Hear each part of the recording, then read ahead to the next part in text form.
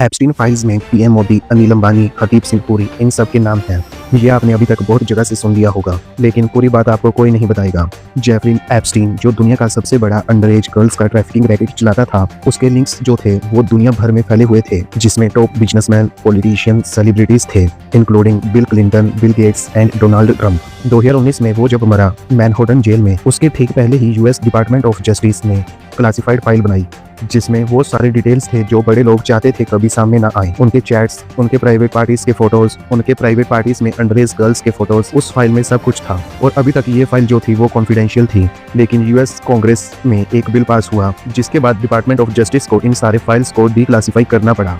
अब बात रही पीएम मोदी की, तो एप्स्टीन ने 2019 में ये कोशिश की थी कि वो पीएम मोदी और एक फॉर्मर यूएस स्ट्रेटेजिस्ट के बीच में मीटिंग करवा सके। अब एप्स्टीन ने तो मेल्स भेजे, मैसेजेस भेजे, लेकिन पीएम मोदी के एंड से कोई भी किसी भी तरीके का रिप्लाई नहीं आया, और ना ही कोई एविडेंस है कि पीएम मोदी ने एप्स्टीन से डायरेक्टली बात की हो। अब हरदीप सिंह पुरी का जो मेंशन है एप्स्टीन फाइल्स में, वो इसलिए है क्योंकि 2014 से 2017 के बीच में हरदीप सिंह पुरी जब India permanent representative to the UN थे, तब एप्स्टीन और हरदीप सिंह पुरी के बीच में कई सारे शेड्यूल्ड मीटिंग्स थे, जो एप्स्टीन ने अपने कैलेंडर में मार्क करके रखा था। और एलिजेडली ये कैलेंडर जो है वो एप्स्टीन फाइल्स का पार्ट है। मीटिंग भी चलिए मान लेते हैं कि हुई होगी, लेकिन हरदीप सिंह पुरी और एप्स्टीन का जो सेक्स ट्रैफिकिंग का क्राइम था, उससे कोई लिंक नहीं है, और ना ही इसका अभी तक कोई एविडेंस है। And similar thing is for Anil Ambani. Anil Ambani और एप्स्टीन के बीच में इंडिया यूएस रिलेशंस को लेकर कुछ मेल्स पर बातें हुई थी।